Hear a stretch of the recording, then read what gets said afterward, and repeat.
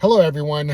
It is December 31st, 2024. I hope absolutely everyone has something fun planned for tonight. I hope you're safe. I hope the year 2025 is your best one yet. I hope you get to accomplish all your goals. I hope you get to lose weight. I hope you get to travel. I hope you get your dream job. I hope you get whatever your heart desires. But these stories today, they are about something else entirely. They are about straight up killers, murderers, people with ill intent. And these are people and stories that I'm either directly related to or related to by some 6 degrees of separation, mysticism, woo woo. Anyway, the first story goes as follows.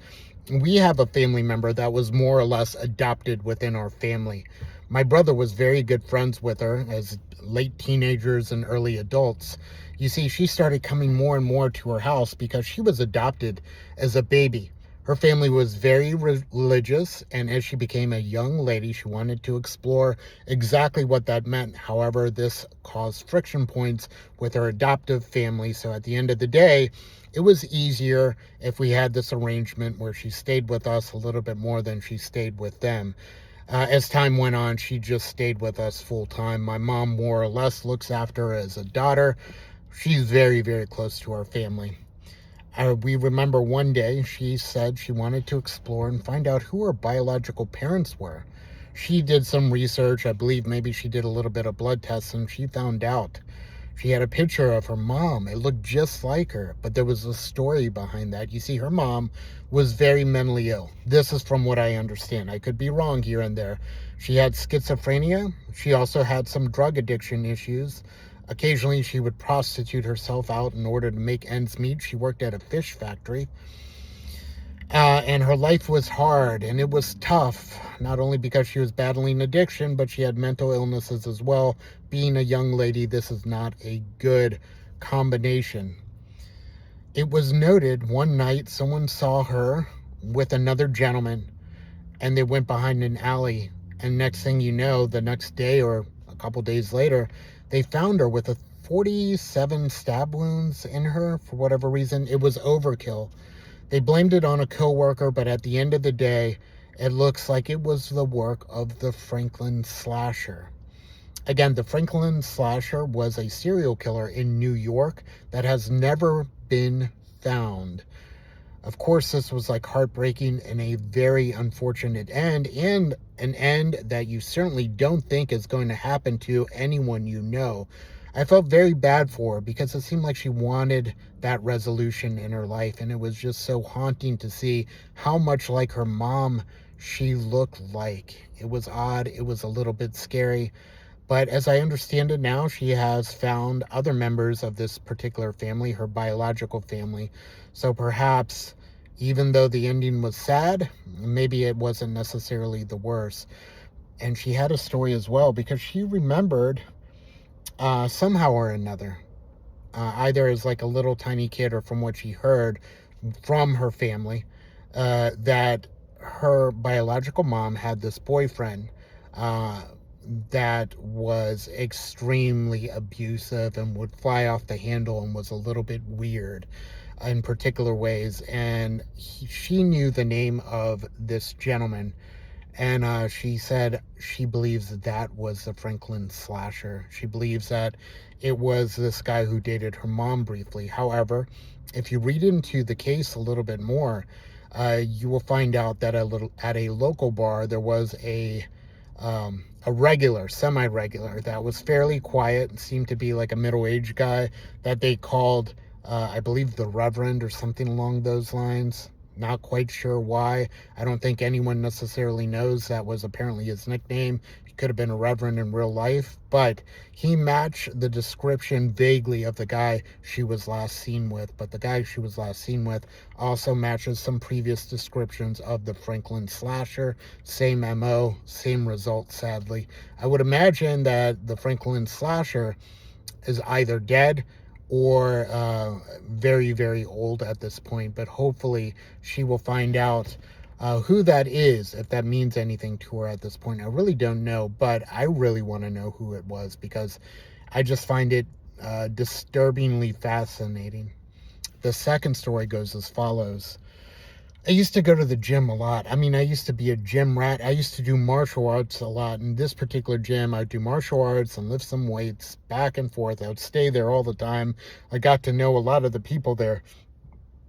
And there was this guy, big guy, 6 foot, like 3 or 4, pretty buffed out, not muscle wise, but just like country boy, like strong. You could tell you don't want to mess with this guy because he's probably hard as heck. He'd probably beat you up pretty easily. And his face looked amazingly intense and intimidating, very scary. It looked like a few screws were loose.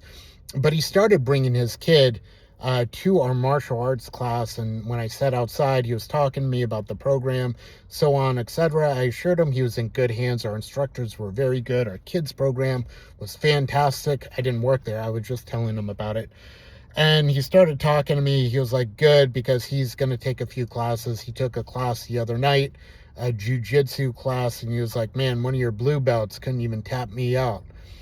The blue belt was a lot smaller than him, and even if he wasn't as much smaller than him, this guy again was very, very big and very scary. I wouldn't really want to roll with this guy for a variety of reasons, and I really wouldn't want to escalate anything in a combative nature with this guy. It's just someone you don't really want around you. You could just tell his vibe was off. It was unsettling, is the word I would use to describe any and all interactions I ever had with him. But he said he got kicked out of a close by academy, which was also very good. He called out the main instructor for a fist fight because he didn't like the way that his son had to do like extra push-ups or something like that due to like a mistake he made during some kind of kid game. That was unacceptable for him. And I knew this other instructor's academy had a very good kids program as well, and they don't do anything like difficult with their kids. They're always very inclusive and loving, just as programs should be for kids. So he said he got kicked out and he's trying this one. Again, that's kind of like an unsettling thing to say. So I was like, okay, great, thanks, have a good day. But I tried to avoid him, but it was no use, man. This guy, he really liked talking to me, man. So we would always talk in the midst of a parking lot, and I kept on stating, man, I just didn't want to see this dude. I didn't want to be around this guy, man. He is shady. He would bring out his pit bull, and he had this giant pit bull, but this poor dog, you would say he was so disciplined. And of course, he didn't have a collar. He had this stupid, like, real chain wrapped around this poor dog's neck. This dog would be shivering, like so scared it'd be shaking with its tail between its legs. And I knew I couldn't pet the dog because it was so defensive at that point that if you get close to it, it's going to think you're going to do something bad. I knew this dog was beaten. I knew it was beaten bad by this guy. You can just tell. Again, he would talk about like how he could get his dog on people, so on, etc. And he started saying, hey, like, I used to box a lot. I used to box. And his hands were huge. I remember the size of his hands. They were like rocks. I was an up-and-comer. I was pretty good, but I got thrown in jail for something. He didn't tell me. I didn't really ask. But I was supposed to fight Mike Tyson. Everyone wanted me to fight Tyson because at the end of the day, it was either going to be a up-and-coming fight, which would vastly help Tyson or vastly help him because they were in the same area of their career. However, he opted not to take the fight for a variety of reasons. It was Mike Tyson because he wanted that little bit of glory. He needed some W's in his record. I think he was undefeated, but he wanted to remain that way. And certainly he wasn't scared of Tyson, according to him. He just knew about Tyson, as did everyone else. He was up and coming, and he was there to put an L on your record. And this would have, like, he felt suffocated him at the time. He wanted to fight him down the line when he had a opportunity to marinate a little bit more in professional boxing because he hadn't been a professional for too long. Anyway, his prison stint, as I understand it, called for a conclusion of his boxing career. I don't know if he had a couple more after that. But I did read that he had a lot of potential. And I did read, and I confirmed, and I saw a picture of him, that he was indeed supposed to fight Mike Tyson at one point in his career as a younger man. Anyway, I didn't like him. I didn't want him around me. I didn't want him to go to our academy and Sure enough, and lucky enough, he stopped, which was a huge relief for me because I could tell this guy was going to start something with someone. It was a matter of time. But then I see him in the news when I'm sitting at home. It's his face. I had the news volume turned all the way down. I turned it up and I found out that he was in a standoff with cops. He got angry at his then girlfriend, grabbed her, beat her up in the middle of this busy intersection, shot her right in the head, and threw her out the door because the gun was so big and the shot was so close. It left little and less of her actually there, so it was apparently very gruesome as well. He had hid in a number of backyards in the area because he exited his vehicle. I believe he pointed his gun at a few people. He was on the run. Ultimately, at the end of the day, the cops surrounded him, and I believe that he offed himself, as I understand it, or he got shot. I just know he's not around here anymore. He is gone. Goodbye, good riddance. But I remember the picture they showed of him and those glassy eyes that stare out into absolutely oblivion was horrifying. And I just couldn't believe that a lady would be there and would actually want to see this guy. Like, this is my guy. This is my type of guy. Maybe the attraction was that, hey, my dude's bad. He can handle himself. He can knock you out. He could shoot you. He could do whatever he wants. He's an outlaw, more or less. He makes his own rules. Maybe that was the appeal. I don't really know. I just know he was the scariest human being I've ever met. And I've met some scary, scary human beings. That was the story on that one. Anyway, I'm glad this guy is done. Third story, another guy I meet at my gym. He's from Afghanistan. He's a fairly good-looking guy. He looks a lot younger than me, even though he's like 4 or 5 years older. He takes care of himself. He goes to the gym. His muscles are pumped. He's very overly optimistic sometimes, very hyper sometimes. I mean, all over the place sometimes. He'll post things on social media like, I'm going to become a billionaire. I just know it. I'm going to do this. I'm going to do that. Almost like he was manic. I think maybe he was to some degree, but still, he was nice enough to me. He just was too excited, and that's not really like what I look for in a friend. It was just too much. It just seemed unsustainable. It seemed a little odd, and it seemed a little unsettling again. Again, theme, unsettling. But he liked talking to me a good amount. I think because I'm pretty easy to talk to, and perhaps because we both have some Middle Eastern blood in us. Maybe there was that as well that made him feel extra close to me. But I didn't really like the dude, and I remember I kind of took my way away from him every time we had conversations. Luckily for me, he liked to talk to a lot of other people as well. I don't know how he took my rejection or if he even thought about it, but I know a lot of people at my gym like this guy because he was very boisterous. He was very talkative. He always used to invite people to go out and have a good time. Let's all go to the bar. Let's all have fun. Let's all live it up. Nothing wrong with that at all. And there's a lot about this particular story. Some say there was malintention behind it. Some say there wasn't. Some say it was a horrible, horrible accident. Anyway, he was seeing a lady, and she died at his place of residence due to an overdose. The police were notified. I think he tried to cover it up. I think he tried to make it seem like it was something else. I think he said he tried to say she had a number of underlying health issues, a number of things that he tried to cover up, or he tried to state he wasn't home at that particular time. He didn't know what went down. The officers got a search warrant and found out very, very quickly he had a number of drugs. He was dealing heroin, and apparently he had a lot of fentanyl as well. I mean, he would do a lot of the stuff together, and apparently he was someone who would mix drugs or buy some shady drugs from a shady dealer. He knew what he was doing. He also had a lot of marijuana, a lot of steroids, a lot of stuff that he would sell. From what I understand, he also worked with the cops to pull in a lot of other high-end dealers. He had to do jail time. His girlfriend was also pregnant, and that's important. She was pregnant. he was going to do some jail time, and I think he made a run for it. From what I understand, he went like through some state borders. He was on house arrest because he got put on bail or bond, whatever they call it. But he had some wealthy family members for sure. But he got pulled over. They found him with a gun as well. And I think he ended up doing like 8 years in jail, 8 or 10 years in jail. He got off early on good behavior. But he got into a lot of trouble and he went to jail. He probably would have gotten way more, but he had really good lawyers, from what I understand. And he did his time. But between us, there were some people that stated he really didn't want a kid, and certainly not with this woman who had drug problems and wouldn't have necessarily made the best mom. He would certainly not make the best dad either, but he wasn't happy about it. And there's an accusation that he gave her what is called a hot shot.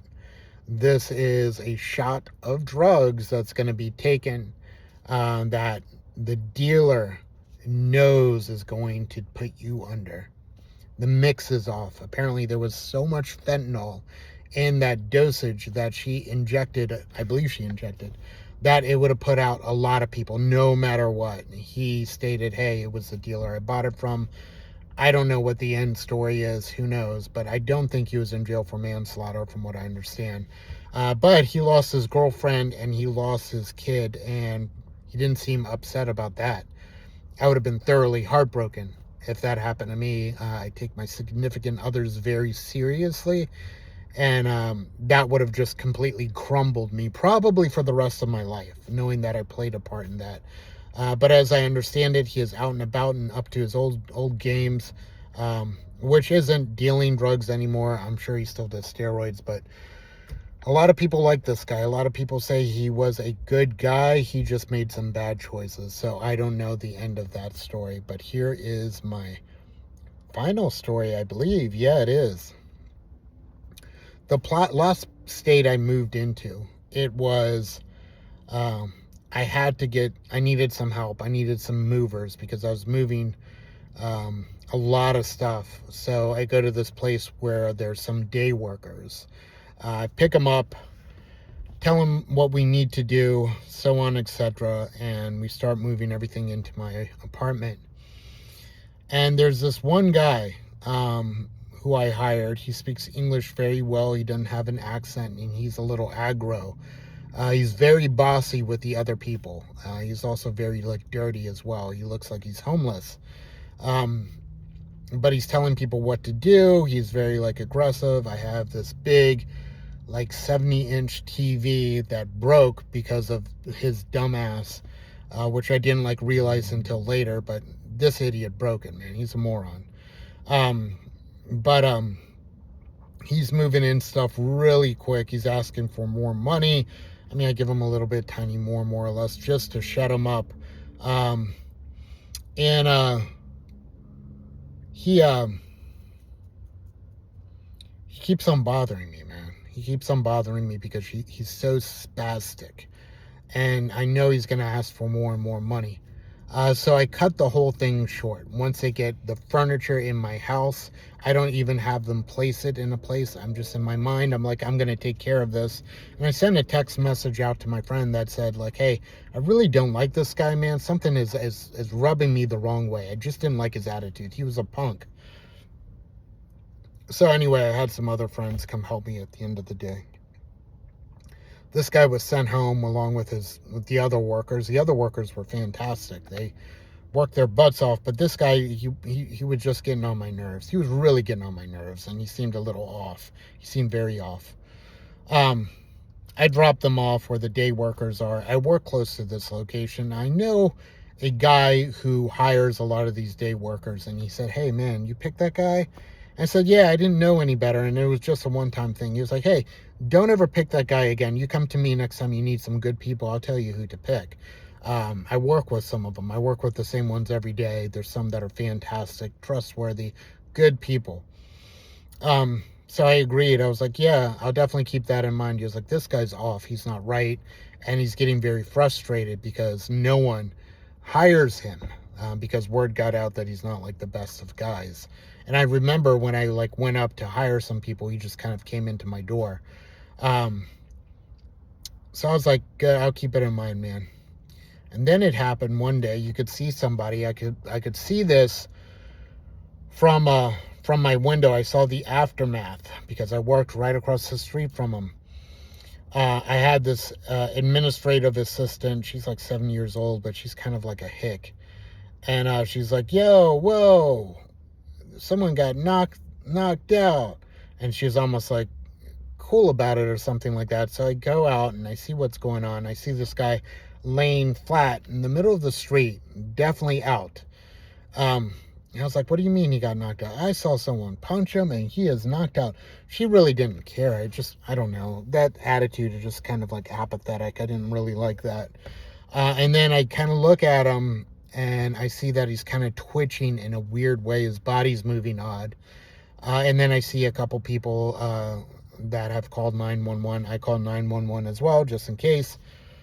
And when he gets up, I could see that there's a lot of dark blood underneath him. He had been stabbed 9 times, and he was in critical condition for quite some time. I don't know exactly what happened to him, but the guy who stabbed him, we saw him run behind our building, and sure enough, it was the guy that I more or less hired just a couple weeks earlier that I said was off in the head. And sure enough, I was right about him. Always trust your intuition. But this guy was a stone cold loser, from what I understand. Nobody liked him. I talked online briefly with somebody who went to high school with him and said that he's actually not surprised that he turned to a violent lifestyle. He said the guy was unhinged, he was dangerous, and apparently he got caught in New York, which is not where I live. This is states away. He got caught there in a really, really bad area, and I'm not quite sure. I never heard of it. It's a small, very bad area, and I believe he was deported back to Mexico or something like that. I hope he never comes back. I mean, people like that, and people that are in my stories, you have to ask yourself, is the world really better as a result of these people being in it? And like, that's a bigger thing too, right? I always say, like, maybe you should be measured at the end of the day is, did you make the world a better place? I mean, whether it's something you did directly or you just like have that vibe where you make people that are still living a little bit happier. I feel like that's good enough. Your good deeds outdo your bad. And I think the majority of people are like that. I think people tend to be good-hearted, but there's definitely a lot of people you have to ask yourself, did they leave the world a worse place? And I think maybe they did. And I think maybe it would be better without those people in the world. So I kind of applaud their demise, and I hope things do not turn out well for them. Have a good one. Happy New Year.